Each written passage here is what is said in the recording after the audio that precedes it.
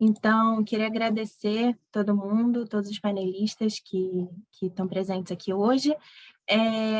Enfim, meu nome é Giovana, eu sou coordenadora de Programa e Comunicação aqui do CPI, e hoje a gente está participando da Semana G-Local de Avaliação 2021, com o evento Qual o Desafio das Políticas Climáticas no Brasil?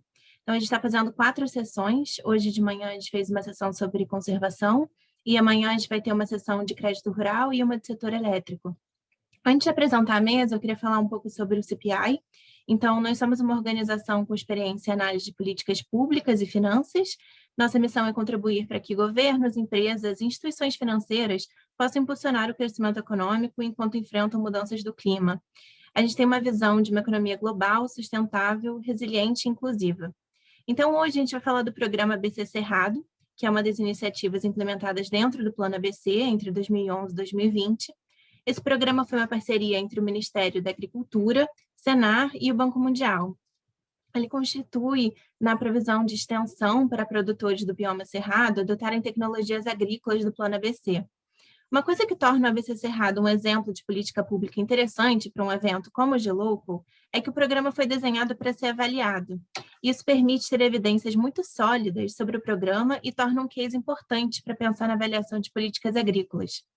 Hoje aqui a gente está com 4 especialistas que poderão comentar sobre os diferentes aspectos do programa e de suas lições.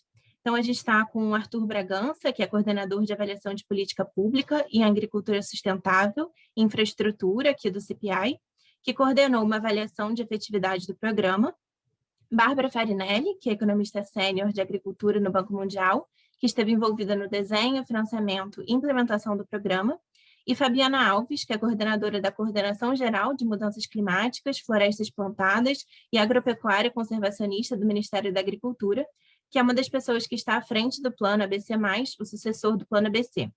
E Paulo Barreto, que é pesquisador sênior do Amazon, que é um dos maiores especialistas do país em pecuária e alternativas para sua intensificação sustentável. Então, a gente vai começar hoje com uma apresentação de 20 minutos do Arthur, sobre a avaliação de efetividade do programa, e depois a gente vai ter intervenções de cada um dos debatedores comentando sobre aprendizados, implicações e questões que a avaliação do ABC Cerrado coloca para a agenda de promoção de uma agricultura mais produtiva e sustentável no país. Nos últimos 30 minutos, a gente vai abrir para perguntas do público. Eu peço que vocês usem a caixinha de perguntas e respostas aqui embaixo, no Zoom, e que indiquem também se a pergunta deve ser direcionada a um panelista em especial. A gente vai compilar as perguntas nos últimos 30 minutos, mas fiquem à vontade para ir perguntando ao longo do debate. Então, eu passo agora a palavra para o Arthur para fazer a sua apresentação. Obrigado, Giovana. Reforçar o agradecimento à Bárbara, a Fabiana e o Paulo por terem aceitado o nosso convite para compor essa mesa virtual, né? Então, como a Giovana falou, eu vou falar um pouquinho desse trabalho de avaliação de impacto do programa ABC Cerrado, e aí depois os meus colegas vão conseguir colocar isso num contexto mais amplo, né? Falar um pouco mais, eu acho, do que a gente aprende, de quais questões esse programa levanta e como que a gente pode usar esse case para pensar o desenho de política agrícola, especial de política agrícola que fomente a adoção de práticas agrícolas mais sustentáveis, né? Uma transição climática na agricultura. Então, eu acho que assim, só um pouquinho do pano de fundo aqui para começar, né? Acho que assim, o pano de fundo dessa avaliação em particular que a gente fez é o pano de fundo de um país que nem o Brasil, que tem duas questões que são fundamentais aqui. A primeira é que a gente sabe que tem ganhos econômicos e ambientais associados a aumentar a produtividade da agricultura, tá? Ganhos econômicos porque, na realidade, mais produção, maior produtividade vai aumentar a renda, vai aumentar a lucratividade das fazendas, e ganhos ambientais porque a intensificação na agricultura é tipicamente associada a dois processos. De um lado, é um processo de recuperação de pastagens, o que aumenta a absorção de carbono, né, das pastagens, elas terem uma condição melhor, e de outro lado, é um processo que esse aumento de produtividade você acaba precisando de menos área para suprir a demanda, seja por carne, seja por leite, o que também tem um efeito benéfico ao reduzir o desmatamento. E eu acho que o segundo elemento que é importante é que a gente sabe que tem um potencial, digamos, agronômico, né? Isso já foi estudado por diferentes eh, cientistas de diferentes áreas, mas tem um potencial agronômico para aumentar a produtividade na pecuária muito alto. Ou seja, até eu coloquei essa estimativa aqui do Bernardo Strasbourg e seus coautores, que falam que tem um potencial de triplicar a produtividade na pecuária sem com os recursos, basicamente, dado o tipo de solo, dada a quantidade de terra que é disponível, a qualidade da terra, dá para triplicar. Então, se você pegar uma medida de produtividade que muitas vezes as pessoas usam, que é a taxa de lotação das pastagens, no Brasil, tipicamente, a gente tem, em média, um pouquinho mais do que uma cabeça por hectare, a gente poderia triplicar isso. Só que o outro lado disso é que se você olha para os dados reais de produtividade na pecuária, a produtividade está estagnada há praticamente 20 anos. Então, se você olha para os últimos 3 censos agropecuários, 2017, 2006 e 95, a produtividade assim, subiu muito pouco, ela está virtualmente estagnada. Tá? Então, assim, uma pergunta grande de política pública que existe aqui é que tipo de intervenção, então, é efetiva em promover intensificação sustentável na pecuária? Ou seja, como que a gente consegue, que tipo de intervenção é efetiva em diminuir esse gap entre o que a gente produz e o que a gente poderia ter em termos de produtividade na pecuária? E aí aqui que entra essa avaliação específica que eu participei, mas também, só para citar, teve participação de gente do Banco Mundial, a Bárbara, que está aqui, é uma das coautoras do trabalho, gente do Senar, outros pesquisadores de outras instituições, gente do Ministério da Agricultura, né? Todo mundo contribuiu para essa avaliação, mas a ideia que é tentar entender o efeito de diferentes tipos de extensão rural sobre a intensificação da pecuária. E quando a gente fala de diferentes tipos de extensão rural, a gente está falando de duas formas de você entregar informação para os pecuaristas. De um lado, dando um curso sobre como eles poderiam recuperar suas pastagens degradadas, e de outro lado, dando assistência técnica na propriedade em loco. Tá?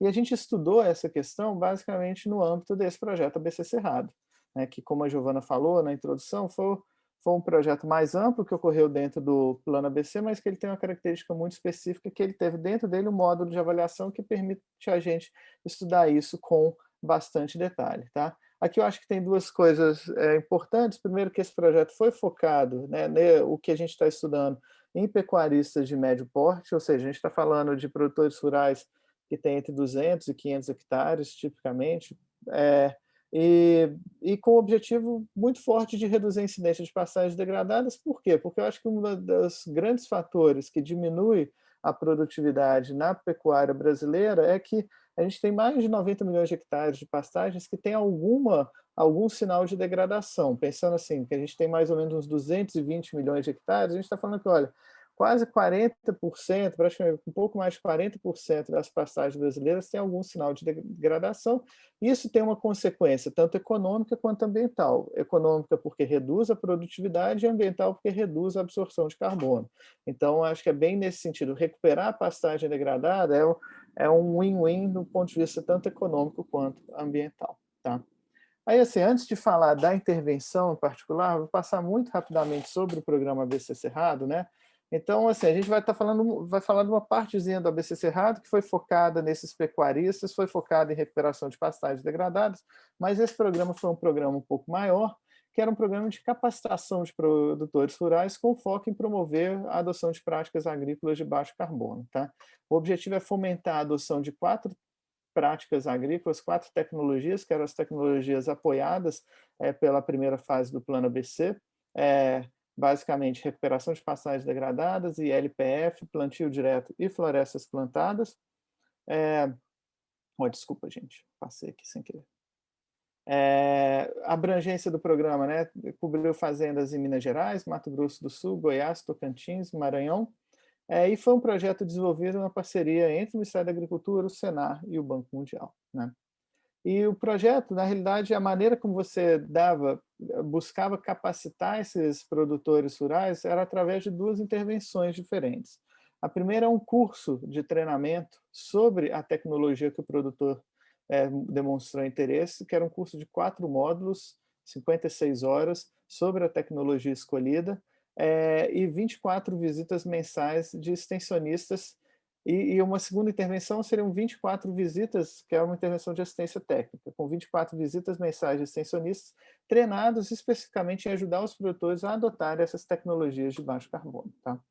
Os produtores eram recrutados por agentes de campo do Senar, e no total, na política toda, foram mais ou menos 7.800 produtores receberam treinamento e 1.957 produtores receberam assistência técnica. Tá? Dentro desse programa, teve um módulo de avaliação de políticas públicas, desenhado desde a concepção do programa para avaliar a efetividade do programa. Tá? Foi um módulo que envolveu 2.400 produtores que estavam interessados, sobretudo, em recuperação de pastagens. Do quantitativo total do programa, a grande maioria dos produtores estava interessada em recuperação de pastagens, então, do ponto de vista da avaliação experimental, fazia sentido focar só nesses produtores para ter amostra suficiente. E esses 2.400 produtores interessados em recuperação de pastagens, que foram recrutados em todos os estados participantes, eles foram sorteados para receberem duas intervenções diferentes. A primeira intervenção, que a gente tipicamente chama de T1, tá? Era esse curso de treinamento. Então, basicamente, foram 2/3 dos produtores sorteados para receber o curso, 1/3 ficou como o grupo de controle. E aí, depois, entre os produtores que terminaram esse curso, teve um outro sorteio que sorteou um grupo de produtores para receber assistência técnica. Tá? Então, assim, o desenho experimental, e sempre que a gente fala num experimento, esse desenho, né, essa figura é muito importante. O desenho experimental aqui foi, a gente parte de 2.327, tá, participantes, 776 não recebem o treinamento, 1.551 recebem o treinamento, então esse primeiro sorteio aqui que a gente tem. Aí depois, dos que foram ofertados o curso, alguns começam e não terminam, outros nem começam. Então, tem um grupo aqui, quase metade deles, que a gente chama de não compliers, que são os produtores que você ofereceu um treinamento, né? Imagina aqui um teste de um medicamento. Você ofereceu o medicamento, a pessoa não tomou. E aí tem mais ou menos metade que são esses compliers. Aí desses grupos aqui, a gente pega os interessados em assistência técnica e sorteia um conjunto para receber assistência técnica, um conjunto para não receber, para receber assistência técnica, um para não receber. Acho que uma coisa importante aqui é que a amostra final não inclui esses 2.327 participantes. Na realidade, a gente coletou informação desse grupo que não recebeu o treinamento, estava no grupo de controle, eram 776, mas a gente só coleta informação de 213 no final. E dos que terminaram o treinamento, a gente coleta informação de 252 que não foram oferecidos assistência técnica e de 276 que foram oferecidos assistência técnica. Tá? Vai ser importante, desses que começaram, foram oferecidos o treinamento, mas não terminaram, a gente não coleta informação, isso vai ter alguma repercussão para como a gente mede o resultado desse grupo. Tá? A ideia é que os dados, né, sobre esses produtores, a gente observa isso em 2 momentos. Tá? A intervenção ocorreu a partir do segundo semestre de 2017 e até o primeiro semestre de 2019. Então, a linha de base, né, informações iniciais, características iniciais dos produtores dos diferentes grupos, né, T0, controle, T1, T2, as diferentes intervenções, foram coletadas ali no início da intervenção, no segundo semestre de 2017. E essas características do follow-up, ou seja, depois da intervenção, foram coletadas no final do primeiro semestre de 2019, maio e junho, tá bom? A ideia era construir uma amostra, por questões logísticas, não dava para coletar informação de todos os 2.327 produtores. Então, por questões logísticas, a gente coletou informação, a ideia era coletar informação de 933 produtores, 311 de cada grupo. Na prática, os enumeradores não acharam todas as pessoas, então, no final, os 741 produtores são observados nos 2 períodos. Tem algum atrito, né? Ou seja, você desenhou para ter 311 por grupo, tem algum atrito. O atrito é menor no grupo T2, porque eram os produtores que você estava acompanhando, eles estavam recebendo assistência técnica. Intermediário nesse grupo T1, que são os produtores que fizeram o curso, mas não receberam assistência técnica, e maior no grupo T0, que foi só o cara que não recebeu intervenção nenhuma. Então, isso também pode ter alguma repercussão para como a gente vai medir. E aí, só para vocês terem uma ideia, eu acho que assim, a preocupação nossa aqui é que Bom, depois de todos esses cortes amostrais, depois de todo esse atrito, a gente ainda tem uma amostra em que, sem a intervenção, ou seja, imagina logo antes da intervenção, os produtores que ficaram em cada um dos 3 grupos, no grupo de controle e nos 2 braços experimentais, eles eram muito parecidos. A gente vai testar isso formalmente, mas a primeira maneira de olhar isso é simplesmente olhar a distribuição geográfica desses produtores. Isso aqui é do total de produtores, aqui é desse grupo de controle, né, que não recebeu intervenção nenhuma, o grupo que recebeu só o treinamento, o grupo que recebeu o treinamento e assistência técnica. Acho que o que é importante aqui é que esses produtores são todos, pelo menos geograficamente, eles estão todos espalhados nos mesmos estados, nas mesmas cidades, não tem nenhuma diferença grande, e depois a gente vai testar estatisticamente se realmente não tem diferença entre esses grupos. Tá? Acho que o fundamental quando a gente pensa em avaliação de política pública, né, é que quando você está pensando em avaliar uma política pública, é difícil você distinguir, por exemplo, quero avaliar qual que é o efeito de extensão sobre produtividade da fazenda. É sempre difícil você avaliar qual que é o efeito separar qual que é o efeito da extensão com qual o papel do fato que os produtores que procuram extensão, seja na Emater, seja no provedor privado, de alguma forma, eles são fundamentalmente diferentes dos produtores que não procuram extensão. Então, tipicamente, com dados observacionais, é muito difícil avaliar o efeito da extensão, você precisa fazer um tanto de hipóteses, não é tão fácil. Aqui, a vantagem de ter um desenho experimental como esse é que o sorteio, a aleatorização, elimina o fato que, olha, o produtor que procurou a extensão é eventualmente diferente do produtor que não teve acesso à extensão.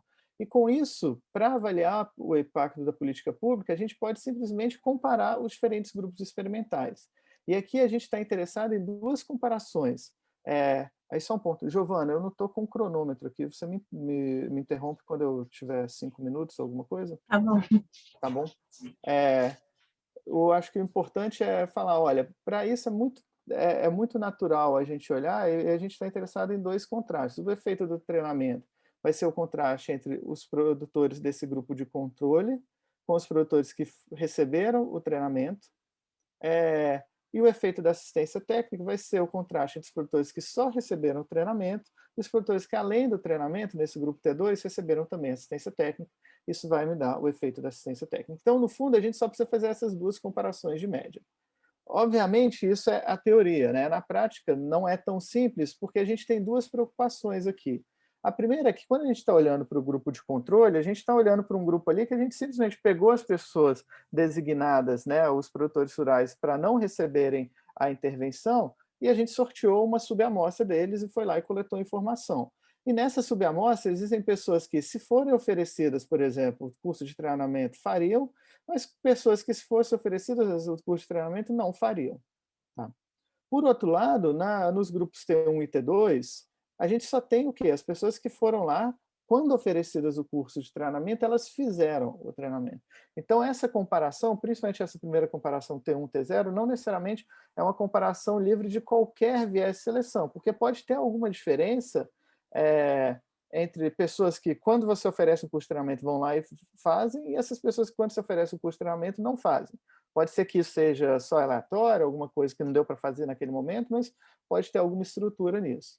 E a outra preocupação é que a gente desenha a amostra para ter 311 em cada grupo, mas na prática tem um pouco menos e tem algum diferencial de atrito entre esses grupos.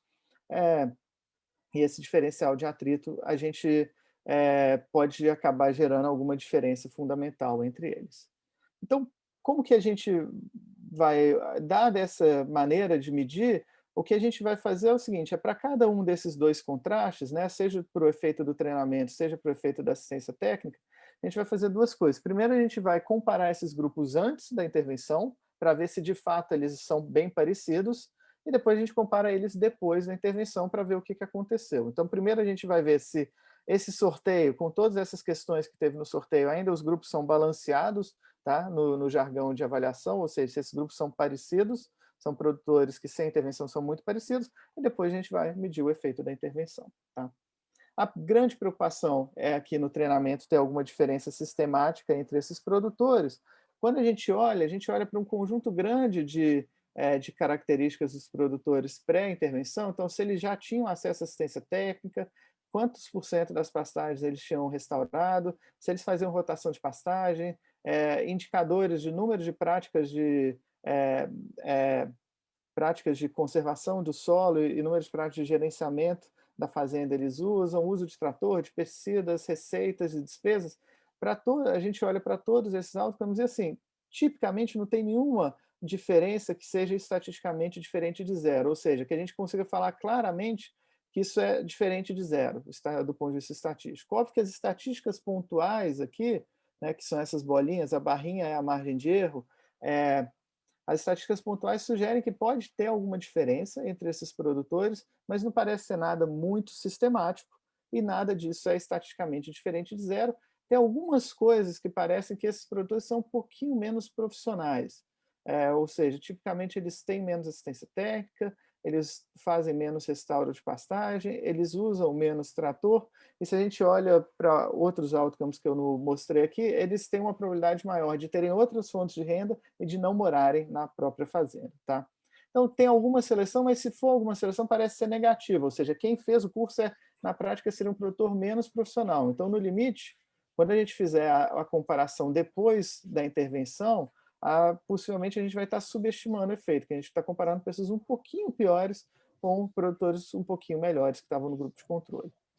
Agora, quando a gente Arthur, só faz... para você começar a concluir em 2 minutos. Tá bom, beleza.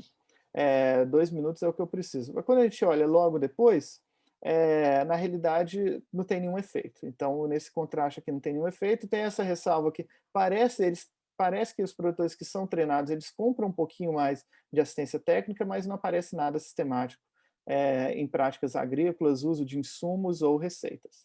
Por outro lado, quando a gente olha para o treinamento e para a assistência técnica, antes da intervenção, os grupos são muito parecidos em todos os outcomes que a gente mede, é tudo muito próximo de zero, até a estimativa pontual, e depois da intervenção tem efeitos bastante grandes. Acho que o primeiro efeito a se destacar é que, de fato, o programa faz o que ele se propõe, ou seja, os produtores vão lá e, uma vez que eles são selecionados, eles vão e recebem assistência técnica.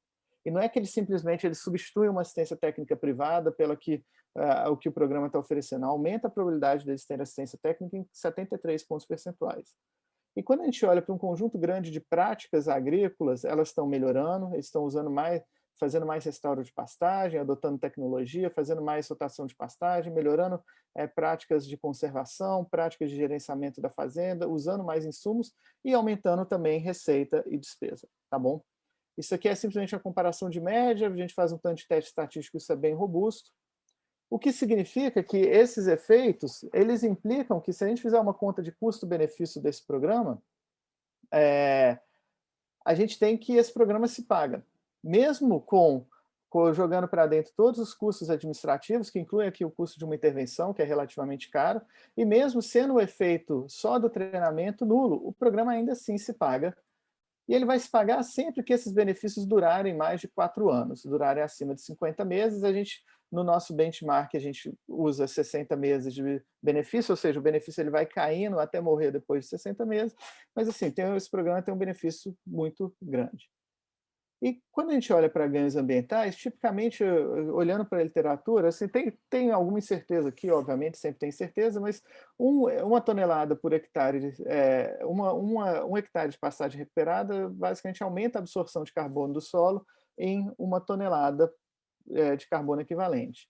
Então, olhando para isso, pensando também num programa que tem benefícios por 5 anos, depois o ganho morre, a gente está falando de um ganho ambiental que é relativamente grande, dado o custo do programa, que é 29 centavos, são 3 milhões de dólares, mas é mais ou menos 29 centavos por dólar que o programa investiu, ou seja, você tem ganhos nas duas margens econômicas e ambientais. A principal lição aqui, eu acho que é que treinamento e assistência técnica são capazes de promover a intensificação sustentável na pecuária. Acho que é uma área que tem pouquíssima evidência sobre estratégias efetivas e que abre o ponto para falar, olha, é super importante a gente...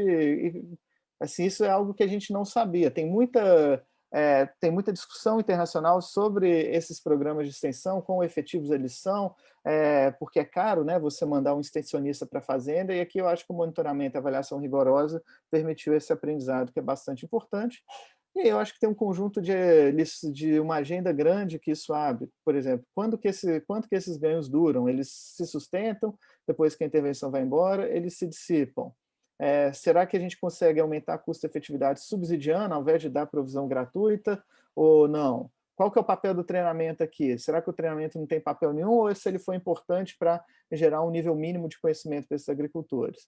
Eu acho que também tem uma agenda importante, que é a construção de um sistema de monitoramento e avaliação robusto das políticas agrícolas em geral, do plano ABC+, em particular, que é um plano que está em discussão, e eu acho que o ponto aqui é óbvio, ter um experimento que nem esse é ótimo, mas nem sempre a gente precisa do experimento. Bom, obrigado, Giovana. Acabei passando 2 minutos, que eu fiquei sem o cronômetro, fiquei perdido. Obrigado. Tudo bem, obrigada, Arthur. A Bárbara lembrou aqui também para a gente citar a coordenação do trabalho de avaliação de impacto, que foi conduzida pelo Diego de Favre e Cristiane Camboim. Então, obrigada, Bárbara, pela lembrança. Agora a gente vai passar, então, para os nossos painelistas. Vocês vão ter 10 minutos e aí vai ter um timer aqui na tela para ajudar vocês a se orientarem no tempo. Então, Bárbara, queria começar com você, perguntando quais foram os principais desafios de implementação da avaliação no campo e como esses resultados contribuíram para a agenda de agricultura do Banco Mundial no Brasil. Bom, boa tarde, Giovana. Agradeço você e Arthur pelo convite. Gostaria de cumprimentar a Fabiana e o Paulo e todos os participantes, né, dessa discussão. Então, a avaliação de impacto, ela foi um esforço institucional coletivo, né, dentro do projeto, como o Arthur citou, juntamente com o Ministério da Agricultura, o Senar, Embrapa, o Banco Mundial, e também uma parceria com o CPI para poder fazer finalizar, né, os dados coletados, a coordenação que se teve, análise final da avaliação, os resultados, e também na elaboração de um artigo científico para a gente poder levar, contribuir para a literatura, né? E o interessante é que quando nós discutimos na preparação do projeto a introdução de uma avaliação de impacto, as instituições ficaram bastante animadas, né, porque é uma abordagem inovadora para avaliar políticas públicas, informar políticas públicas, mas ao mesmo tempo trouxe muitas controvérsias, né, quando as instituições entenderam que uma avaliação de impacto nesse porte, nesse teor científico, né, experimental, ela traz implicações políticas e implicações de implementação também, né. Então, uma das coisas que a gente teve que trabalhar muito com o Senar, que tem uma larga experiência, né, no atendimento no campo, em levar conhecimento, em levar capacitação. Naquele momento, eles estavam iniciando o programa de ATEG, né, na qual o projeto ajudou a implementar, a aperfeiçoar. Mas nós tivemos que adaptar a abordagem que o Senar tinha no momento, né, para poder atender o rigor científico da avaliação de impacto, né? Eu me recordo que o Senar ele conta com uma rede de sindicatos, com o Senar regionais também, e essa rede, né, ela acaba criando para avaliar um certo viés, né? Porque acaba que você sempre você tem uma rede de produtores que tem uma abertura maior à inovação, que estão mais conectados com as inovações, buscando conhecimento, e o programa ele precisava atingir a todos os produtores no Cerrado, né? Aqueles que têm acesso, que têm essa veia empreendedora ou não. E além disso, né, o Senar ele tinha uma abordagem, ele tem uma abordagem de atender a todo o público que procura pelos serviços, as capacitações, né? E nesse caso, nós precisávamos de um grupo controle, na qual um produtor que seria completamente elegível ao programa, ele não ia receber nos 5 anos do programa, porque ele tinha que compor o grupo controle. E isso realmente é muito controverso, né? A instituição tem um modus operandi, e então, de repente, teve que mudar e fazer essa comunicação em campo, né, para poder manter o rigor metodológico da avaliação, né? E além disso, como você citou, Giovana, para garantir a qualidade e o rigor da avaliação de impacto, a gente contou com a técnica do Senar, a Cristiane, né, e o Diego, e nas visitas de campo, eles identificaram vários atropelos ao longo da implementação das coletas de dados, né? Produtores que não aceitavam receber as visitas ou que não estavam disponíveis, algumas propriedades que realmente não participaram da primeira coleta, não participaram da segunda, então houve algumas implicações, mas, juntamente com o corpo técnico que o banco trazia, né, e posteriormente na análise dos dados do CPI também, a gente conseguiu, então, fazer os tratamentos, né, desses ruídos para poder fazer as análises, né. Então, eu acho que a avaliação de impacto, ela trouxe alguns ganhos institucionais muito grandes para o Senar, né, porque o Senar, nós ajudamos, através desse programa, que foi financiado pelo Programa de Investimento Florestal, né, um fundo fiduciário que o banco administra, com doadores internacionais.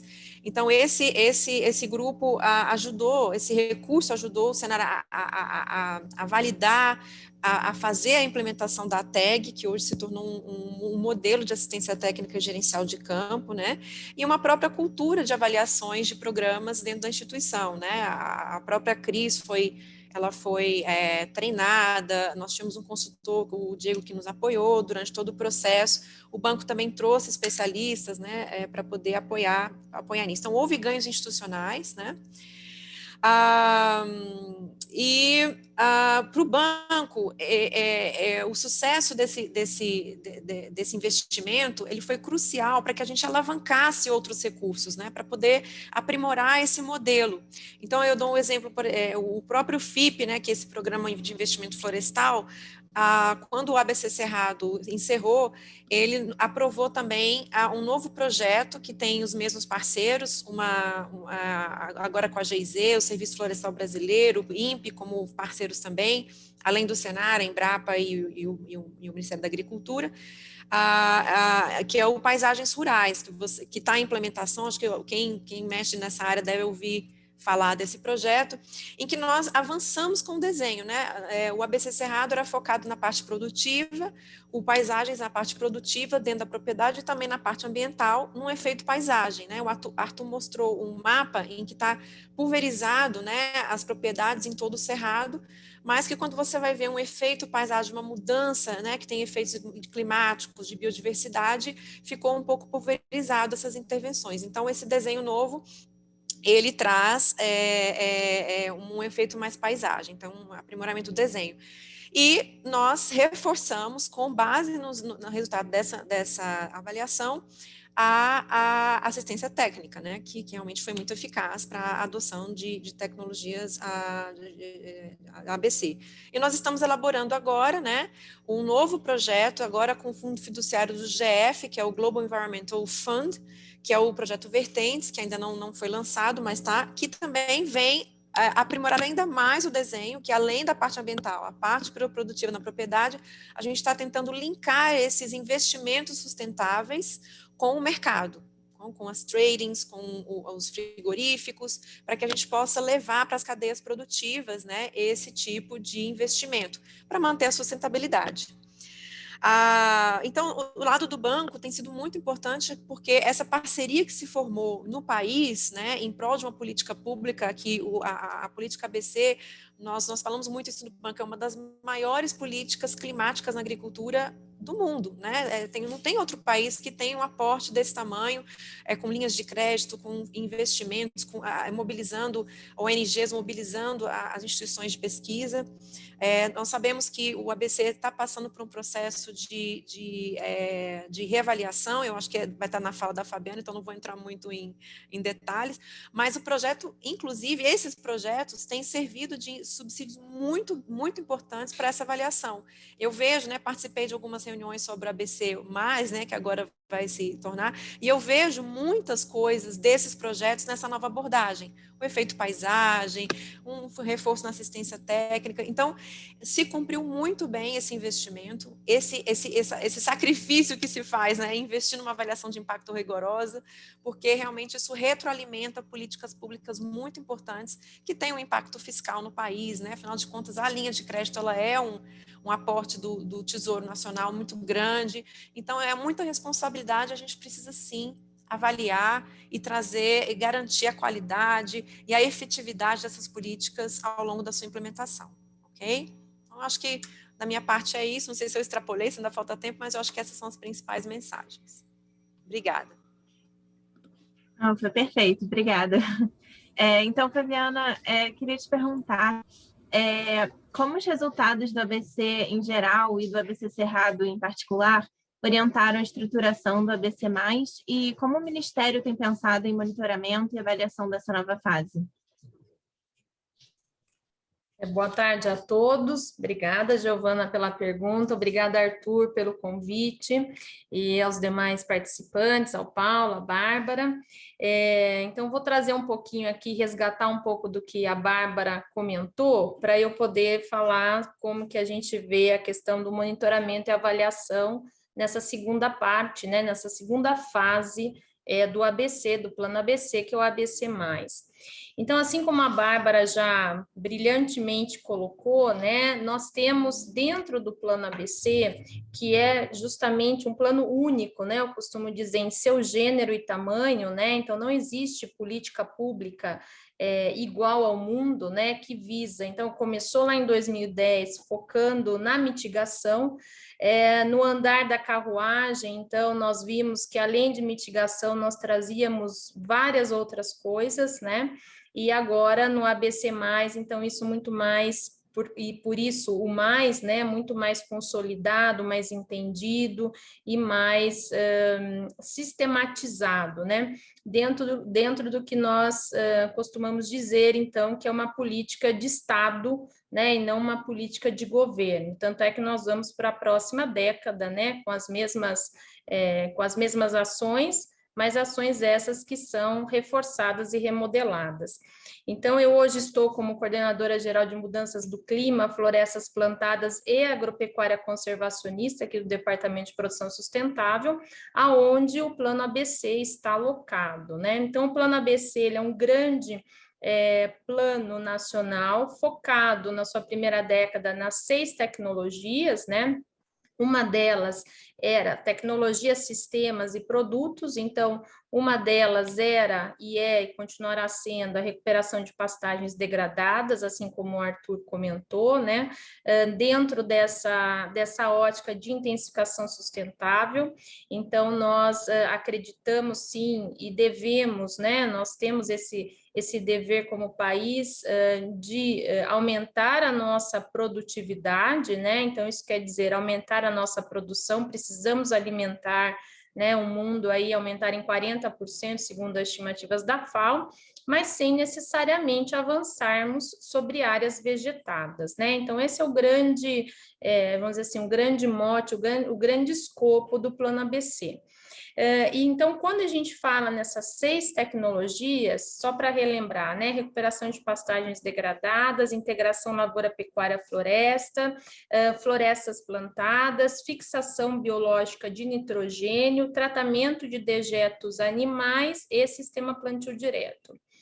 Então, dentro dessas 6 tecnologias, nesses 10 anos, né, nós tivemos muitos avanços, né, aumentamos aí a nossa área, a meta era para 35,5 milhões de hectares com essas tecnologias, chegamos a 52 milhões de hectares, então 50% a mais daquele território que nós imaginávamos lá em 2010. Então, só para colocar como pano de fundo o que é o Plano ABC, né? E dentro, então, do Plano ABC, nesses 10 anos, nós tivemos vários projetos, né? Como a Bárbara comentou, então, projetos com fundos internacionais, a maioria de doação, como é o caso do projeto ABC Cerrado, outros subsidiados, né, mas a maioria nós temos como doação mesmo. Então, aonde o Ministério da Agricultura, Pecuária e Abastecimento, né, o MAPA, junto a parceiros, nesse caso, então, o Banco Mundial com a administração fiduciária, né, o Senar na implantação desse programa e na capacitação e na assistência técnica, e a Embrapa também na sua execução.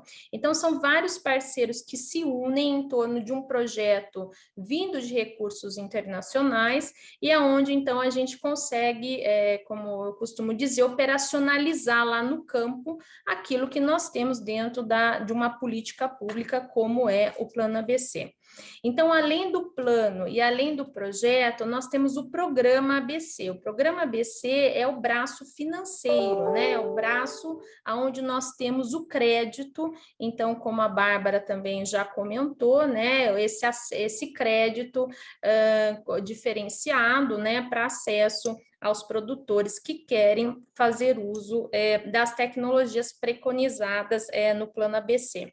Então, o ABC Cerrado, ele começou em 2014, né, finalizou em 2019, e o foco dele, como o Arthur colocou, era a capacitação, né? Então, nós tivemos 12 mil técnicos, né, capacitados, 1.600 propriedades atendidas, e isso em 18 meses, né? E vindo, então, os recursos do FIP, né, que é o Programa de Investimentos em Florestas. Nós tivemos aí 10,7 milhões de dólares, né, investidos nesse programa.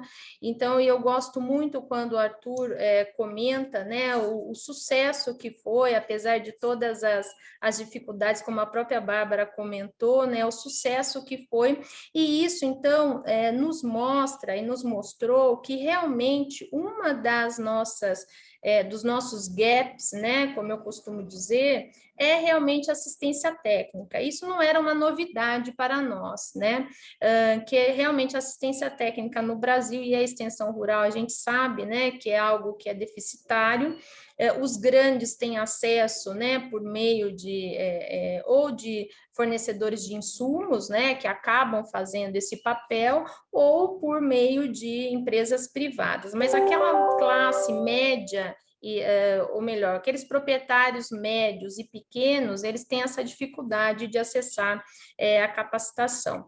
Então, isso, com esse estudo realizado, né, pela equipe do Arthur, então nós tivemos, né, aquelas bases científicas, e o Plano ABC, todas essas tecnologias, elas são de base científica. Então, nós tivemos a comprovação realmente daquilo que nós imaginávamos, né? Então, que às vezes as tecnologias, elas têm toda a base, às vezes não, né? Elas têm essa base científica, então nós temos comprovação de que elas trazem sim mitigação, trazem sim adaptação, que é algo que nós vamos ver agora muito forte na segunda fase. Elas trazem sim essa capacidade de intensificar, né? Então, intensificar, o que quer dizer intensificar? É produzir mais com menor uso de recursos naturais, né? Então, isso quer dizer trazer mais renda, trazer menos riscos, enfim. Então, nós tínhamos tudo isso muito embasado, né? Mas a pergunta era, se é tão bom, então por que né, o Brasil inteiro não usa? Né? E justamente nós vimos que para aquela faixa de pequenos e médios, então, realmente por falta de acesso, né, a assistência técnica, e isso ficou muito bem claro no estudo que foi trazido, inclusive, agora na abertura do evento. Então, pensando nisso, né, para a próxima década, para essa nova fase, nós remodernizamos, né, o Plano ABC. Desde o ano passado nós estamos nesse trabalho. Então nós fizemos tivemos apoio de consultores, né, tivemos uma consultoria que fez essa análise de tudo que havia sido publicado, de todos, inclusive os trabalhos, né, feitos pelo CPI, divulgado na mídia, né. Nós tivemos esse cuidado de trazer, então, de capturar expectativas, resultados atingidos, gaps, enfim, e trouxemos, então, para dentro de uma discussão, de um documento, né, que nós vamos lançá-lo agora no próximo agosto, né, agora em agosto de 2021, então, onde a gente pôde estruturar todas aquelas ações necessárias para a próxima década de uma forma mais sistematizada. Então, essas ações elas foram agrupadas em 9 eixos estratégicos, né? Um eixo, então, específico para monitoramento e avaliação. E esse eixo, apesar dele parecer muito pontual, ele é um eixo que ele é transversal. Por quê? Porque dentro do ABC+, nós também estamos falando, por exemplo, em mecanismos de agregação de valor e reconhecimento, né? Então, outro eixo é o de capacitação técnica, e um outro ainda é o de manutenção das tecnologias. Então, vejam como monitoramento e avaliação, ele serve para indiretamente ou diretamente para outros 3 dos 9 eixos que nós estamos prevendo. Então, eu vejo assim como algo muito importante, né? Algo que nós, não só nós, como todas as políticas públicas, né, são muito cobradas. Então, como avaliar realmente o impacto disso? O plano ABC, por ele ser um plano focado em metas de mitigação, então nós temos sim o monitoramento e avaliação da questão da mitigação, né? Então, de quanto que a implantação dessas tecnologias, desses sistemas, desses produtos, eles conseguem trazer em megagramas de CO2 equivalente evitadas, né? Então, só que também serve, por exemplo, para nós avaliarmos, né? Isso é uma coisa que nós iremos fazer. Então, quanto disso traz de retorno, então, em custos, né? E aumento de renda, na questão do benefício social, como a Bárbara comentou, enfim, né? Então, nós estamos estruturando nesse sentido. Lembrando que então, nós temos 3 bases conceituais, né, muito fortes no ABC+, que foram lançadas agora recentemente em abril. Nós lançamos o sumário estratégico, né, mostrando o que viria a ser o ABC+, para a próxima década. Então, uma das bases conceituais, ela diz respeito à implantação, mas mais do que a implantação, a manutenção dessas tecnologias, né? E aí lembro que o Arthur comentou que os maiores benefícios, né, aquela linha, né, de tendência, ela é a partir de, após 4 anos, 48 meses de assistência técnica.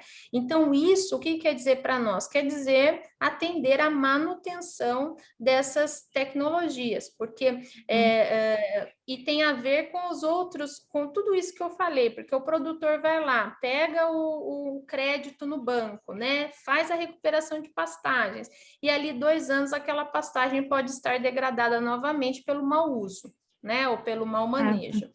Então, essa assistência, até estou finalizando, Giovana, essa assistência técnica para nós é muito importante, tá? E finalizo aqui, obrigada. Tá ótimo, obrigada, Fabiana. Paula, agora eu queria te dar a chance para falar um pouco.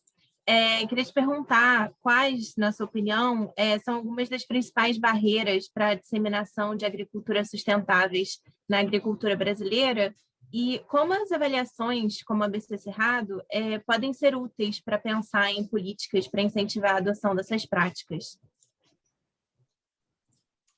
Oi, obrigado. Então, primeiro, parabenizar todos os participantes aí, o governo brasileiro, né, por suas várias instâncias, o Banco Mundial, o CPI pelo trabalho. Acho que como pagador de imposto, é um sonho de consumo, né, ver as políticas públicas sendo avaliadas. Então, é muito bom ver isso no Brasil. Você perguntou aí sobre as barreiras. Você perguntou mais amplo, né? No Brasil, eu vou limitar aqui minha experiência na Amazônia, onde eu tenho trabalhado, mas com um olhar de pesquisas recentes, né, globais, que têm sido feitas, meta-análises, que olham muitas experiências no mundo todo. E uma pergunta é quais são os fatores ali associados à adoção de inovações pelos agricultores, né? E aí acho que muitas vezes a gente foca muito em aliar o produtor e o crédito, né? Mas essas análises globais mostram que tem várias escalas, assim, níveis de fatores influenciando, né? Desde o contexto em que ele está operando, eu vou detalhar um pouco isso, as características da inovação, as características ali do imóvel e as características do produtor, tá? Aí, no contexto, um fator que aparece muito forte é o papel das regras e do cumprimento de regras, né? Isso tem uma implicação muito forte quando a gente pensa aqui na Amazônia, que é difícil a pessoa adotar tecnologia se é mais barato desmatar uma nova área. Se é mais barato, inclusive, se apropriar de uma terra pública, a famosa grilagem. Então, a competição ali entre ter que fazer um investimento e conseguir desmatar uma área mais barato, isso dificulta. E tem exemplo muito prático dessa dificuldade. Outra é a característica da inovação. A pecuária ela é relativamente complexa, né, para você adotar as melhores práticas, quando você compara com a agricultura.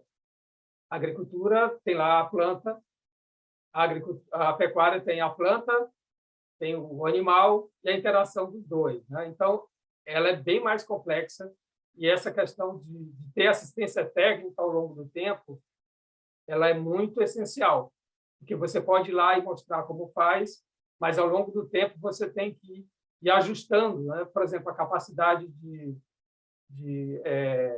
pastoreio de uma determinada área, a rotação, aquilo varia com as chuvas, microcaracterísticas do solo. Então, esse acompanhamento que teve no projeto ele não é comum. E acho que isso aqui é uma questão que acho que o Ministério da Agricultura, junto com o Banco Central, que trata do crédito rural, poderiam pensar, que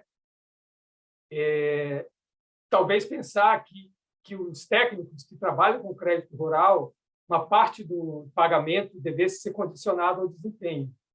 Que o que a gente observa, né, na experiência prática é que a pessoa, lá, o técnico que faz o projeto para conseguir o crédito rural, ele ganha o dinheiro no momento que ele consegue lá aprovar o projeto e ali o agricultor lá se vira para adotar ou não as melhores práticas. Então, acho que até além do programa ABC, ter algum tipo de condicionamento, né, o desempenho, uma parte da remuneração. Acho que isso seria bem interessante, especialmente quando a gente pensa aí da pecuária. Sem isso, o que às vezes acontece é a ideia da redução do risco, ela é muito importante para o agricultor.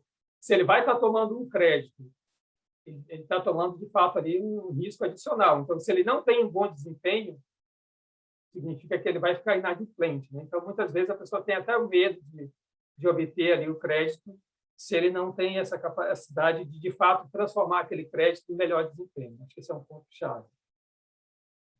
Das características aí do produtor, acho que o trabalho mostrou bem, né, a importância ali de ter aquela capacitação, o treinamento inicial, mas seguir depois. Acho que isso influencia muito.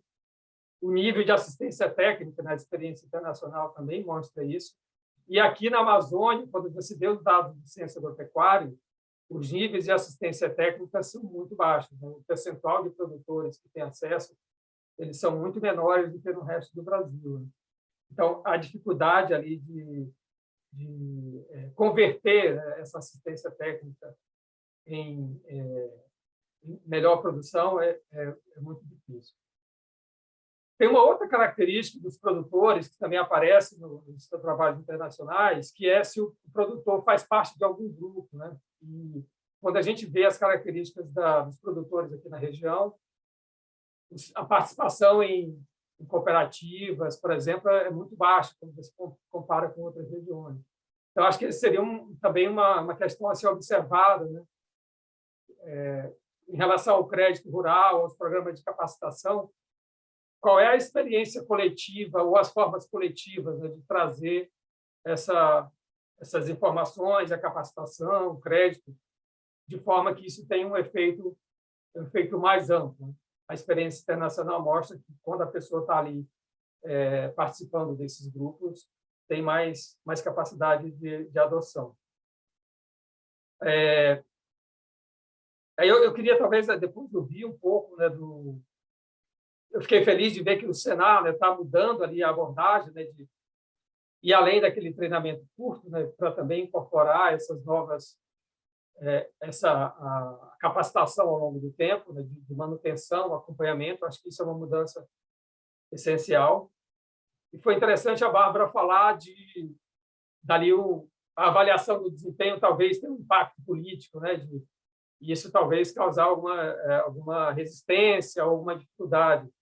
Então, acho que isso seria bem interessante de ver como é que isso pode ser incorporado, né, no desenho do próprio crédito rural, para evitar, né, os vieses que muitas vezes podem acontecer por influência ali dos sindicatos ou dos políticos locais. Acho que são algumas questões que não tinha visto aqui na experiência internacional, mas foi interessante ver a Bárbara levantando. Acho que um outro aspecto que aparece na experiência internacional, que tem a ver com o imóvel rural, é a qualidade da terra, né? Então, se eu vou colocar o crédito, que tipo de levantamento a gente tem da qualidade do solo, da qualidade do potencial agronômico. Então, essa geografia, essa inteligência de alocação do crédito para essas regiões com maior potencial, eu acho que isso é o tipo de lição da experiência internacional que eu não vejo isso sendo incorporado aqui, pelo menos nas conversas que eu tenho sobre o crédito rural. Eu acho que seria também bem interessante de tratar de como incorporar. Né? E isso também entrar na própria avaliação do desempenho. Acho que esses seriam assim, os principais pontos gerais que eu levantaria. E, no final, relatar uma experiência prática desse aspecto do contexto. Eu acompanhei um projeto que é parecido com esse que foi relatado aqui, numa escala muito menor, tinha ali 10 fazendeiros, e a gente acompanhou ali durante 2 anos a adoção das melhores práticas de desempenho financeiro, e teve sucesso, e a ideia é que, no final, aquelas fazendas ali servissem de lugar para visitação, né, que outros fazendeiros fossem lá. Não só ali do redor, mas de outras regiões. Isso foi feito no leste do Pará, na região de Paragominas. E eu acompanhei uma visita de fazendeiros que vieram do oeste do Pará, de Novo Progresso, que é uma fronteira ali de desmatamento bem ativa. E eles acompanharam, viram, gostaram e tal. E no final eles disseram assim, olha, muito legal tudo isso aqui, mas isso aqui é bom, mas isso aí não funciona para a gente, porque a gente está em Novo Progresso e lá a gente ainda quer desmatar. Então, essa experiência foi muito clara em mostrar essa experiência. Foi antes de eu fazer essa revisão sobre meta-análise da experiência global, mas ela, para mim, foi a retrospectiva. Aqueles fazendeiros ali estavam me dando exatamente o exemplo do fator do contexto, né? Então, acho que essa é uma questão chave para a gente considerar. Então, aí a integração do trabalho do MAPA, do Ministério da Agricultura, com o meio ambiente, né, com o Ministério do Ambiente, para que essa ação seja conjunta. De um lado, reduzir o desmatamento, coibir a ilegalidade, e, de outro, todas essas ferramentas que ajudam a melhorar a produtividade. Obrigado. Tá ótimo, Paulo, obrigada. Então, antes da gente passar para as perguntas, queria dar chance aqui para vocês comentarem as intervenções um dos outros, que eu acho que tem muitos pontos em comum e talvez seja interessante fazer esse debate. Então, começar com você, Bárbara, em 3 minutos, se você quiser comentar algumas das intervenções dos colegas aqui da mesa. Obrigada, Giovana. Não, muito rapidamente, eu acho que foi muito feliz a escolha das pessoas do painel, porque são diferentes visões, né, e visões muito importantes. Então, para o Banco Mundial, essa parceria que a gente vem fazendo com o Ministério da Agricultura, né, de poder apoiar políticas que para o país são tão importantes, mas para a gente poder levar essas lições a outros países, né? A nossa instituição realmente ela tem um caráter de fazer de levar diferentes experiências, né, ao mundo afora. Então, eu acho que o melhor resultado é ver realmente essa reforma do ABC. A gente sabe que, como eu disse, é uma das grandes políticas, mas ela também tinha muitas críticas, né? Se você conversasse com o setor, havia muitas críticas sobre ela. Então, é muito, assim, uma grande satisfação em ver o quão sério o Ministério, né? A avaliação de impacto foi um dos insumos, né? Para poder fazer essa reestruturação, e o que foi apresentado até agora é bem interessante, porque coletou, é como se coletasse todas essas observações, né, e pensasse realmente para poder trazer um programa mais holístico, para trazer uma coisa, como disse, aquele efeito mais paisagem, uma harmonização entre as políticas agrícolas, as políticas ambientais. Então, em relação ao Ministério, eu acho que nós temos aí mais 2 projetos em conjuntos para poder explorar e melhorar e estar sempre aprimorando, né? E em relação à fala do Paulo, eu achei muito interessante as experiências, né, que ele traz de campo, porque é isso, eu acho que é muito importante a gente ouvir, né, o que falta, o que poderia ser melhor. Eu achei muito interessante alguns pontos, eu até anotei aqui, o envolvimento, a gente sempre procura trabalhar com o produtor, a unidade de produção, e a gente acaba não considerando alguns grupos importantes como as cooperativas, né? O banco tem projetos com outro foco, não um foco tão ambiental, mais de acesso ao mercado mesmo, com grupos de associações e cooperativas, com acesso ao mercado. Mas é interessante o poder que as cooperativas têm, né, de poder sistematizar a produção dos seus associados, enfim, é uma instância muito importante. O pagamento por desempenho é uma coisa bem interessante, né? Eu trabalho também na Costa Rica e eles têm um pagamento por serviço ambiental que é estudado no mundo todo e tal, mas é a sustentabilidade, né? De você, em que momento que entra o aporte, né, público? Antes da intervenção, é depois? Então, eu acho que é bem interessante parar para pensar realmente que uma das coisas que, por exemplo, a linha de crédito tem, que é problemática, é que uma vez que você empresta o dinheiro do ABC, o monitoramento de como aplicar qualidade, de como, se o produtor realmente utilizou para aquele fim, né? É difícil monitorar essas atividades em campo, né? Então, o monitoramento, enfim, eu acho que eu consegui captar para as outras levas de projeto insumos muito importantes, e a gente continua, né, Paulo e Fabiana, após o evento, a esse diálogo. Obrigada. Ótimo, obrigada, Bárbara. Fabiana, você quer falar um pouco das intervenções dos colegas aqui? Sim, obrigada, Giovana. Bem, vou fazer coro aí à Bárbara, né? Foi muito interessante, eu já tinha feito referência a ela, mas ouvi o Paulo também. E então dizer, Paulo, que o programa ABC está dentro do Plano Safra, né? Então, que é um plano que ele é administrado por outra secretaria, então nós não temos ingerência sobre ele, mas sim, nós estamos também trazendo, e depois das lições aprendidas, né? A Bárbara falou do que se falava do plano ABC, né, e dessas críticas. Então, nós estamos também buscando, né, junto à SPA, que é do Plano Safra, e uma das coisas que nós estamos buscando é isso, é poder fazer esse monitoramento do crédito que foi tomado para que ele seja realmente usado, né, para aquilo que ele foi proposto, tá?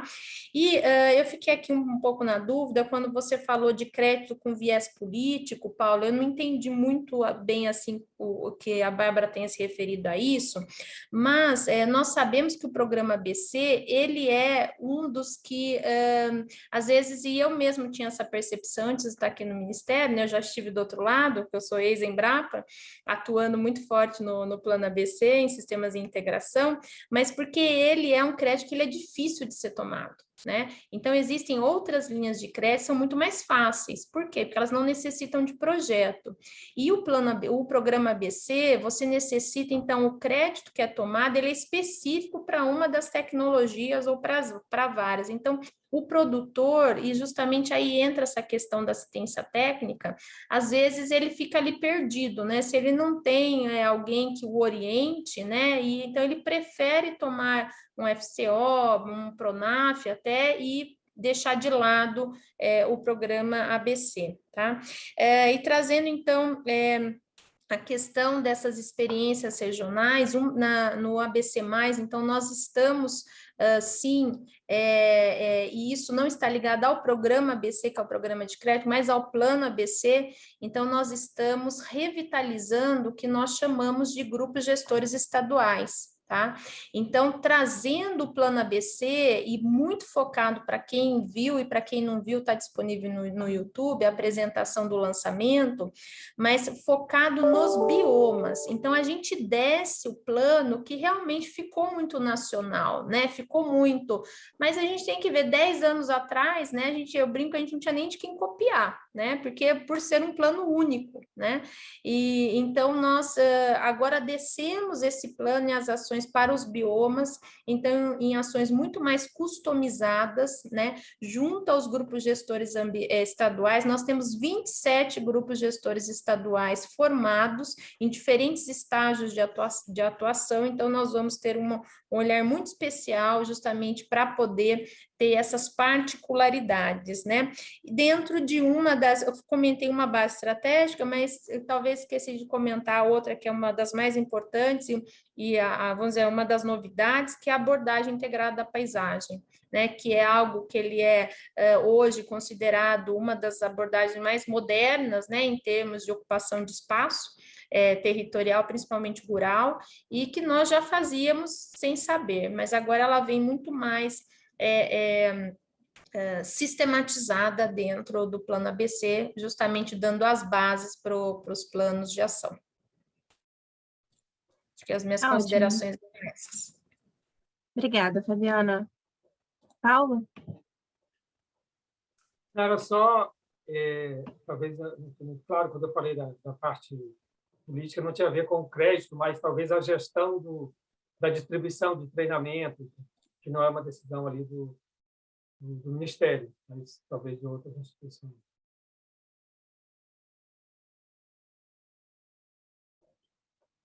Ótimo. Arthur, você quer fazer alguma consideração antes da gente passar para as perguntas? Sem usar os 3 minutos, só um minutinho aqui, eu acho, assim, tem um ponto super legal que foi levantado pela Bárbara e pela Fabiana, que acho que quando você faz avaliação de impacto, né, em geral você tem lá uma teoria da mudança, uma cadeia causal, então você quer olhar o que está acontecendo com quem é impactado pela política, né, que é o agricultor, e o que é intervenção no início, mas no meio do caminho está acontecendo um tanto de coisa. E uma coisa importante que a Bárbara falou é essa capacitação do Senar, dos agentes de campo para fazer a tag bem feito, porque eu acho que isso é uma parte importante do problema, eu acho que isso é fundamental e é legal, acho que sim, já tinha conversado um pouco com a Fabiana, com o Sidney, com o pessoal do mapa disso, mas como que eles estão levando essa lição a cabo, eu acho, no ABC+, eu acho que isso é super importante. E eu acho que outro ponto que é super importante para a gente pensar essa agenda é o que o Paulo falou. Acho que isso tem aparecido cotidianamente na nossa pesquisa no CPA e em outras pesquisas, assim, quando você chega na Amazônia, quando você vai trazer uma intervenção dessa feita no Cerrado para a Amazônia, a questão de fechar a fronteira do desmatamento é uma questão fundamental, porque senão acho que a gente corre o risco de ter mais respostas do pessoal de Novo Progresso lá em Paragominas, que vai chegar, está muito lindo, muito bonito, mas para mim não. E eu acho que isso é super importante. Mas só esses 2 comentários, vamos passar para as perguntas. Tá? Obrigado, Giovana. Tá ótimo. Então, a gente teve uma pergunta aqui, eu acho que uma pergunta que vale para todo mundo, e aí fiquem à vontade de se voluntariarem para responder. É possível medir se houve algum tipo de spillover para outros produtores não contemplados? Por exemplo, produtores vizinhos implementando as técnicas ensinadas?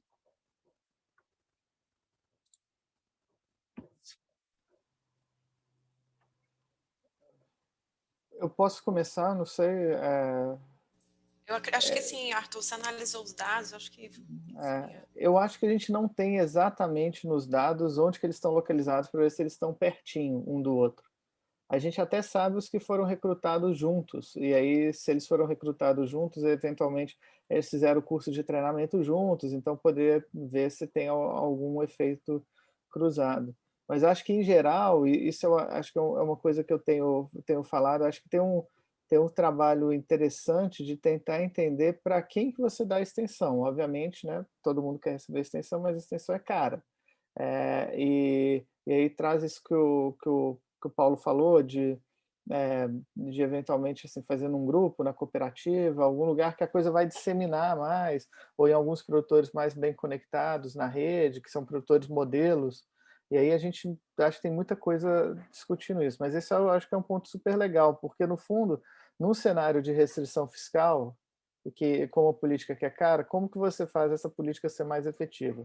Então acho que essa é uma grande agenda, mas eu acho que no nosso dado não dá.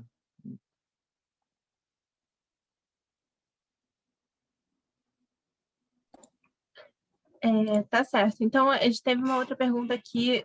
Houve alguma garantia de ATER ou outro tipo de ajuda para os produtores do grupo controle após os 5 anos da avaliação?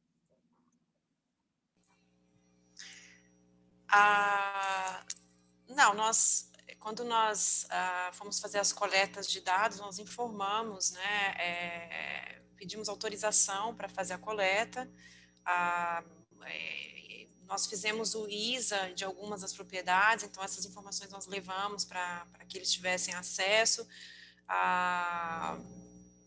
mas não, eles não receberam assistência técnica, coisas relacionadas ao tópico do projeto durante esses 5 anos, né?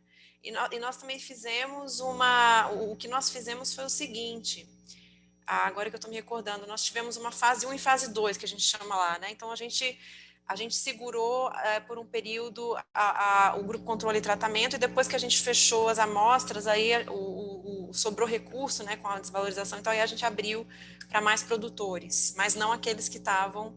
A demanda é muito grande, né? O cerrado é muito grande, eram 10 milhões de dólares, então realmente não atendia a todos, mas a gente tentou preservar o grupo controle e tratamento dentro das amostras, mas com o restante a gente abriu para outros produtores também.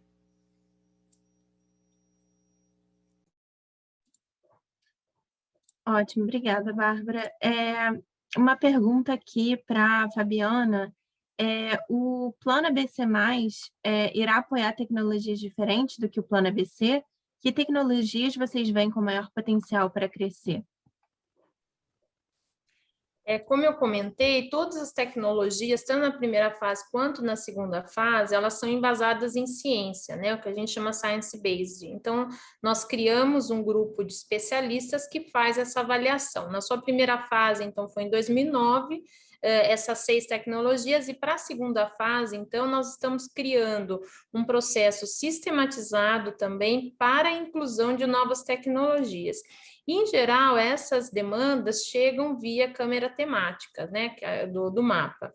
E nós já temos 2 tecnologias, então, que já estão em fase quase final de aprovação, que são os sistemas irrigados, né, que é diferente de irrigação, e a intensificação, a terminação intensificada, o que a gente costuma chamar de confinamento. Então, são as 2 tecnologias já estão bem avançadas, mas também avaliando outras. Mas sempre tendo, então, que as tecnologias elas têm que ser mitigadoras e adaptadoras. Ótimo. Muito obrigada, Fabiana. A gente recebeu uma pergunta aqui também para o Paulo. Que tipos de experiência bem-sucedidas em pequena escala você acha que deveria ser avaliada em maior escala?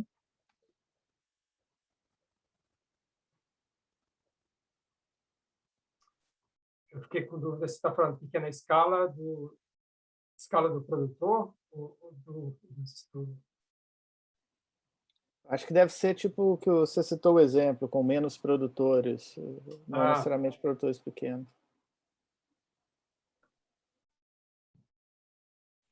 Eu acho que essa questão da adoção aí seria muito bom ter na Amazônia com uma escala maior.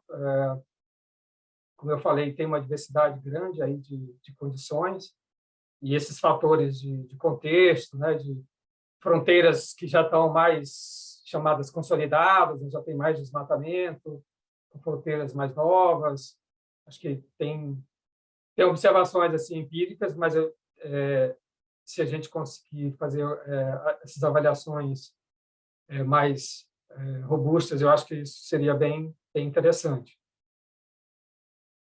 A questão da escala da produção, com certeza, é um fator bem importante.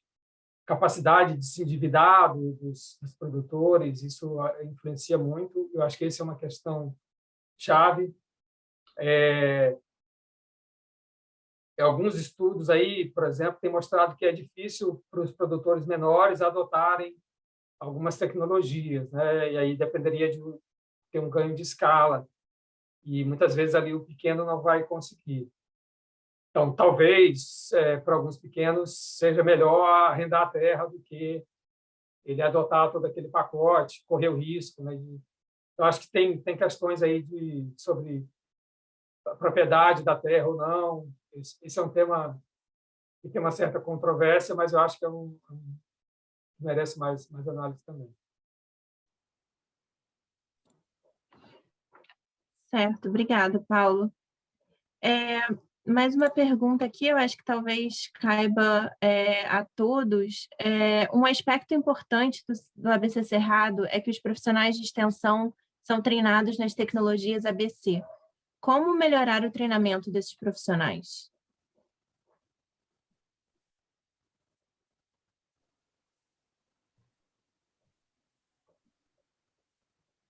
Alguém se habilita a responder? Quem participou do treinamento direto? Eu não participei diretamente, né, mas a gente conhece o trabalho do Senar e da Embrapa, né? Eu acho que a grande questão não é melhorar o treinamento, porque o treinamento hoje ele se tornou foi facilitado pela pandemia, né? Porque nós tivemos aí um maior acesso às tecnologias online, né? Antes o que nós fazíamos e achávamos impossível fazer via web, né? E até com maior aporte de recursos, né, porque é muito mais caro a gente ter alguém treinando lá. Nós já tínhamos alguns cursos, né, feitos pela Embrapa, online, mas com a pandemia nós tivemos esse maior acesso, né, essa maior facilidade. Então, eu acho que a questão não é melhorar o treinamento, mas sim melhorar o acesso ao treinamento, né? Então, nós estamos sim em algumas ações aí dentro desses eixos temáticos que eu comentei, que é o de capacitação. Só para complementar o que a Fabiana disse, o Senar, ele já no fim do projeto, fez uma proposta para que a gente, para poder ter continuidade dessas capacitações em tecnologias ABC, construir materiais de educação à distância, né? Então, falou, acabou os 10 milhões, mas a procura, a demanda dessas informações ainda são muito grande, então o Senar, através do projeto, construiu, né, toda uma metodologia e validou com o mapa, com a Embrapa, e então tem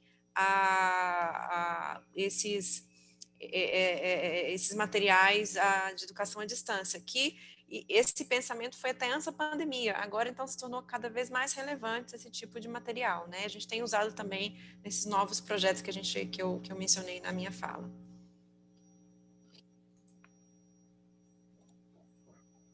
Obrigada, Bárbara.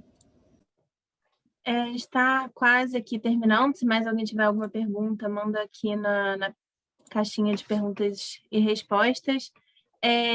Mais uma para você, Paulo.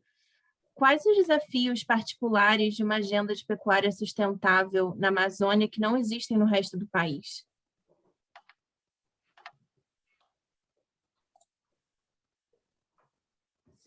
Bom, acho que um bem particular tem a ver com, eu tinha falado controle do desmatamento, e um outro associado é a situação fundiária, né? Que tem evidências que tem mais gravidade aqui, muitos produtores não têm título. Por outro lado, tem uma polêmica de como é que faz um programa de regularização que não beneficie ocupantes novos que estão visivelmente se apropriando de terra pública, que é a grilagem, e isso cria ali um impasse, né? Como é que você faz essa limpeza do que não merece ser titulado, do que merece ser titulado, e isso facilite o avanço, né, da regularização. Eu acho que aí tem que pensar em algumas combinação de alguns fatores. Acho que tem um ponto em geral sobre a Amazônia. Assim, a Amazônia é muito grande, e acho que o governo já trabalhou bem no passado, começar a refinar alguns critérios para focar em algumas regiões, tá? Então, acho que essa regularização, por exemplo, poderia ser feito priorizada em regiões onde o desmatamento está mais baixo, que ali as pessoas já estão mais dispostas a se organizarem do que fazer em regiões onde está lá um monte de grileiro operando e forçando ali uma regularização. Então, acho que fazer esse tipo de refinamento, então, municípios que o pessoal já fez o CAR, que já está lá, que já fez está disposto a fazer o PRA, né, que é o Programa de Recuperação Ambiental, tem que ter alguns tipos de filtro para focar em algumas regiões, que é um outro ponto que eu não falei, que é a infraestrutura, né? Essa infraestrutura tem esse debate sobre estradas na Amazônia, né? Muita gente fala, os ambientalistas são contra a estrada e tal. Acho que uma questão chave é que estrada a gente precisa e onde, né? Tem 500 mil quilômetros de estrada na Amazônia, estradas informais, que é 4, 5 vezes maior do que as estradas oficiais. Então, melhorar essa infraestrutura de estradas, onde as pessoas estão localizadas já nessas fronteiras mais consolidadas, e ali onde tem melhor potencial de usar mais área, em vez de abrir novas fronteiras, com estradas novas e novas fronteiras.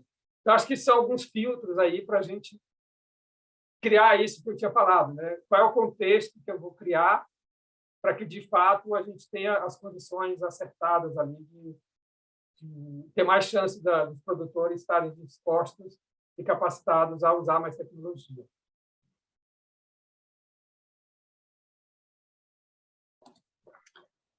Ótimo. A gente tem aqui mais uma última pergunta para fechar, que eu acho que, enfim, quem quiser responder, fica à vontade. Vocês têm uma ideia sobre que tipo de tecnologias agrícolas, políticas de crédito são mais importantes e que tipo de tecnologias políticas de extensão são mais importantes?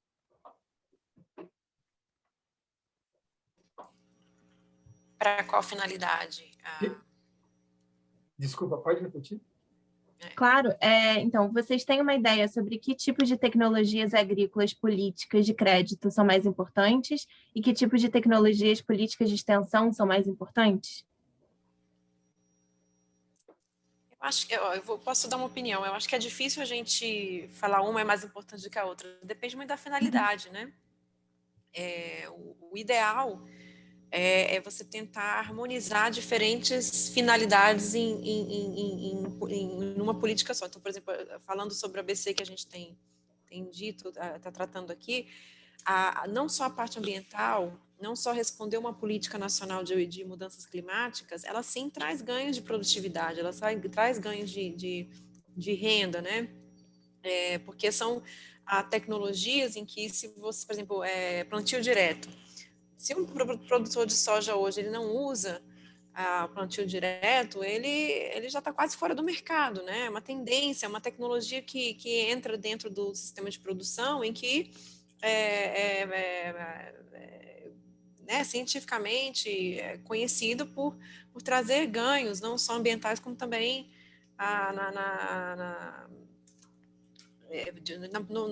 no sistema de produção como um todo, né?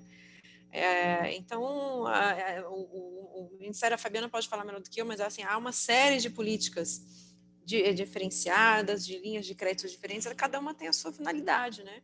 Então, difícil dizer que uma é melhor, outra pior, mas eu acho que é isso, quando você consegue unir diferentes propósitos, né, numa política, eu acho que é por isso que a ideia do ABC é tão interessante, né, porque é uma relação de ganha-ganha aí, né, nesse âmbito, nessa ganha-ganha-ganha, né, ambiental, climática e de produção. Você aumentar a produtividade em áreas já abertas, você reduz a pressão em desmatamento. Então, na realidade, é uma política que é muito interessante, realmente. Só um comentário muito rápido sobre isso. Acho que tem... de novo, é o que a Bárbara falou, vai depender da finalidade. Acho que o fundamental é a gente entender qual que é a restrição para ter uma oportunidade de investimento ali. As pessoas não exercem ela porque falta informação ou porque falta dinheiro, né? Então, no caso da nossa avaliação, mas também em outras coisas do ABC Cerrado, constatou-se que os produtores colocam dinheiro do bolso deles quando eles recebem a informação. Então, ou seja, porque então parecia que, pelo menos para esse grupo de produtores, uma restrição importante era a informação, mas nem sempre vai ser assim, né? Então, mas eu acho que essa é uma questão para pensar. Talvez as coisas se complementem, talvez precise dos dois, mas eu acho que tem sempre que pensar assim, o que é restrição relevante nesse contexto? Eu acho que tem que ser uma abordagem bem contextual sempre, mas porque são tipos diferentes de restrições para os produtores. Só vou complementar, Arthur e Bárbara, eu falo que quando a gente fala em sustentabilidade, né, é uma palavrinha mágica, né? Então, você pode falar tudo e não falar nada. Então, concordo que vai depender para quê, né? Qual que é o escopo realmente. Agora, o plano ABC, ele é ganha-ganha, né? Como a própria Bárbara comentou. Então, o foco dele é adaptação e mitigação. Mas a gente viu nesses últimos 10 anos, inclusive a ciência, né, comprovou, e a gente tem avançado muito nisso, que quando a gente fala em mitigação e adaptação, nós estamos falando no tripé da sustentabilidade, né? Então, é aquilo que eu comentei, a gente atirou de um lado e atingimos o outro, né? Miramos um alvo e atingimos outro. Então, eu não acredito em milagre, né, ou em tecnologias milagrosas, isso não existe, mas existem aquelas, como o Paulo comentou, que são adequadas e adaptadas ali para aquelas situações, né, que podem ser regionais, estaduais, micro-regionais, enfim, vai depender da abrangência mesmo.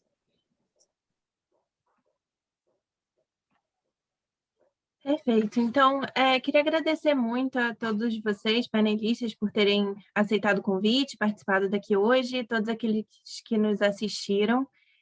Se vocês tiverem mais alguma pergunta, quiserem entrar em contato, a gente colocou aqui no chat o e-mail de contato do CPI, que é contato.brasil@cpiglobal.org, ou então podem mandar e-mail direto para o Arthur, arthur.bragança@cpiglobal.org. A gente gravou aqui o evento, ele vai estar disponível no canal do CPI no YouTube e no site do CPI também.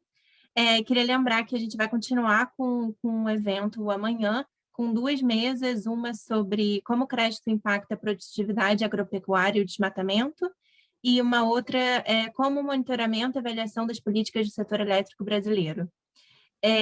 Então, aqui também no chat vocês encontram um link para essas 2 mesas. Obrigada, pessoal. Obrigado, foi ótimo. Até mais. Obrigada, até a próxima. Muito obrigada, foi um Tchau, prazer. obrigado. Parabéns pelo trabalho.